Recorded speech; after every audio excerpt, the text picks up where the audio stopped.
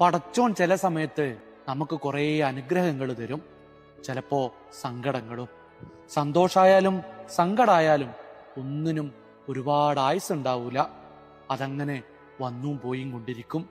അതുകൊണ്ട് ഒരു കാര്യത്തിലും നമ്മള് അധികം വിഷമിക്കറ്. എന്താന്ന് വെച്ചാല് സന്തോഷം വൈകാതെ നമ്മളെ തേടി വരും. പടച്ചോൻ വിചാരിച്ചാ നടക്കാത്ത ഒരു കാര്യവും ഈ ദുനിയാവിലില്ല. ഓന്റെ പടപ്പിന് താങ്ങാവുന്നതിൽ കൂടുതൽ സങ്കടം ഓൻ കൊടുക്കൂല. ഉഷാറായിരിക്ക്, ബാക്കിയെല്ലാം പടച്ചോൻ നോക്കിക്കോളും.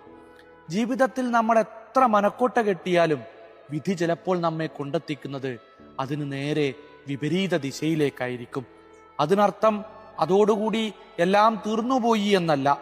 ജീവിതത്തിൽ പല കാര്യങ്ങളും നമ്മൾ ആഗ്രഹിക്കുന്ന സമയത്ത് നമുക്ക് കിട്ടണമെന്നില്ല. എന്നാൽ ഒട്ടും പ്രതീക്ഷിക്കാത്ത സമയത്തായിരിക്കും അത് നമ്മെ തേടി വരിക. അതുകൊണ്ട് ജീവിതത്തിൽ ഒരിക്കലും നമ്മൾ പ്രതീക്ഷ കൈവിടരുത്. ജീവിതത്തിന്റെ കല്ലും മുള്ളും നിറഞ്ഞ വഴികളിലൂടെ അവനവന്റെ ശരികൾക്കനുസരിച്ച് മാത്രം ജീവിക്കുന്ന നവാസ് എന്ന ചെറുപ്പക്കാരന്റെ ജീവിതമാണ് അജ്നാസ് വീട്ടിക്ക് എഴുതിയ സ്വർണ്ണ ചുഴികൾ എന്ന നോവൽ.